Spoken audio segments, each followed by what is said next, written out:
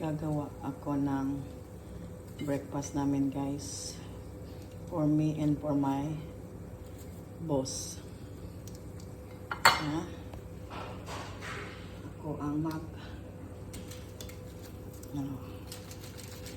yan, itlog,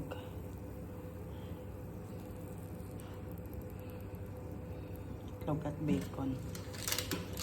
Alam nyo ba na kung magkano na ito sa sa labas? Nasa 450.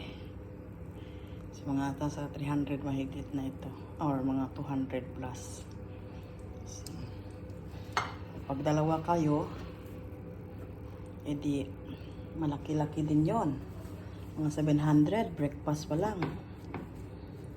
Magkakape ka pa. Mga 20, kulang-kulang 20, 1.5. Samantala dito, kailangan maging mabait lang siya sa akin para gawan ko siya ng breakfast.